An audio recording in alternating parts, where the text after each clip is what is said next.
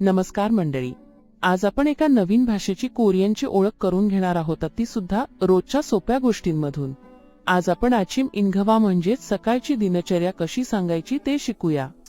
आचिम इंघवा म्हणजे सकाळची दिनचर्या. उदाहरणार्थ मी सकाळी उठतो याला कोरियनमध्ये छोनन आचिम ए इर ना यो म्हणतात आणि छोनन आचिम ए यो. पबडा म्हणजे जेवण बनवणे, जे आपल्या रोजच्या आयुष्यात खूप महत्वाचे आहे. पबडा हे जेवण बनवण्याचे कृत्य दर्शवते.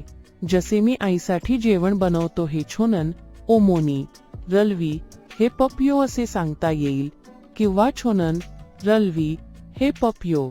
इल्हारो गादा म्हणजे कामावर जाणे, जो आपल्या दिवसाचा एक अविभाज्य भाग आहे.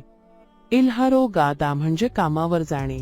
मी सकाळी कामावर जातो हे छोनन आचिम ए इल्हारो गायो असे लिहिता येते आणि छोनन आचिम एरो गायो. जीपेओदा म्हणजे घरी परतणे, जिथे दिवसभराचा थकवा घालवतो. जीपेओदा हे घरी परत येण्याची क्रिया दर्शवते. मी संध्याकाळी घरी परततो यासाठी छोनन ज नेक ए जीपेओ यो हे योग्य आहे आणि छोनन ज नेक ए ए ओ यो. तर मंडळी, आज आपण कोरियनमध्ये आपल्या दिवसाची सुरुवात आणि शेवट कसा करायचा हे शिकलो. भेटूया पुढच्या भागात नवीन काहीतरी शिकायला.